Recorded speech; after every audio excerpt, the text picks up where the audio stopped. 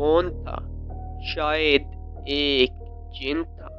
अस्सलामुअलैकुम, welcome to my channel horror stories with Saqib. ये 2005 का वाक़या है, जब मैं जॉगिंग किया करता था। मैं 5 वक्त की नमाज अदा करता था और फजर की नमाज अदा करने के बाद मैं अपनी रिहाइश के करीब एक पार्क में जॉगिंग के लिए चला जाया करता था। उस पार्क को जाने का रास्ता नहायत ही सुनसान था और खौफजदा भी था, लेकिन मैं घबराए बगैर वहां चला जाया करता था। एक दिन मैं फजर की नमाज अदा न कर सका।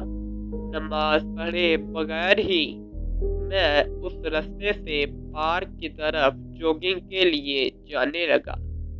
मैं जॉगिंग करता हुआ जा रहा था कि मुझे ऐसा लगा कि मेरे पीछे कोई शख्स जॉगिंग करता हुआ आ रहा है।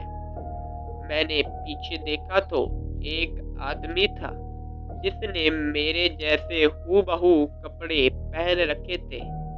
मैं उसे देखकर घबरा गया, क्योंकि मैंने उसे पहले कभी यहाँ न देखा था।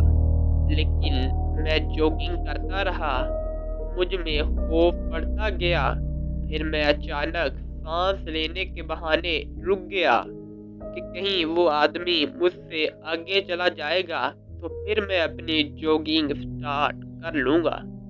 लेकिन मैंने देखा वो शख्स मेरे साथ ही वो भी रुक गया और अचानक से मेरे सामने होकर खड़ा हो गया और मुझसे कहने लगा कि तुम्हारी उम्र के नौजवान तो जल्दी नहीं थकते, तुम क्यों इस तरह रुक गए हो?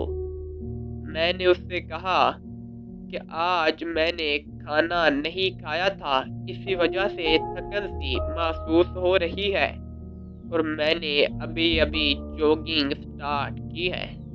वो शख्स मुझसे कहने लगा, झूठ मत बोलो, मैं तुम्हें कई दिनों से यहाँ पर देख रहा हूँ। मुझे कोई बहाना नहीं मिल रहा था कि आखिर मैं इस शख्स को क्या कहूँ, तो मैं उसकी हाँ की हाँ में मिलाता गया। फिर वो शख्स मेरे साथ साथ जॉगिंग करता चलता गया और मुझसे दोस्ताना बातें करने लगा। मैंने भी उसके साथ दोस्ती का हाथ बढ़ा लिया कि अच्छी बात है, चलो साथ मिलकर जॉगिंग किया करेंगे। इसी तरह कुछ दिन गुजरते गए। एक दिन ईशा का वक्त था। मैं ईशा की नमाज जमात के साथ ना अदा कर सका, तो मेरा मूड बना कि मैं पार्क में जाकर जॉगिंग कर लूं।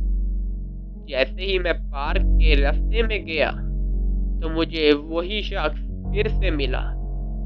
इस बार उसका चेहरा इंतहाई खौफनाक था और उसके हाथ की 3 उंगलियां भी नहीं थी।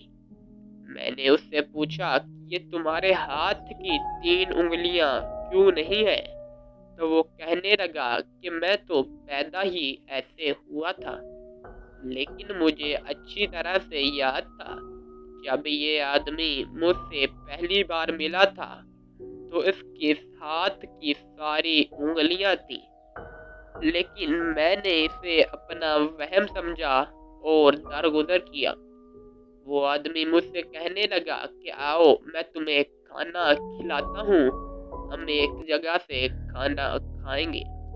रात का वक्त था और 10 बज रहे थे, लेकिन वो मेरा दोस्त बन चुका था, तो मैं उसके साथ चल पड़ा।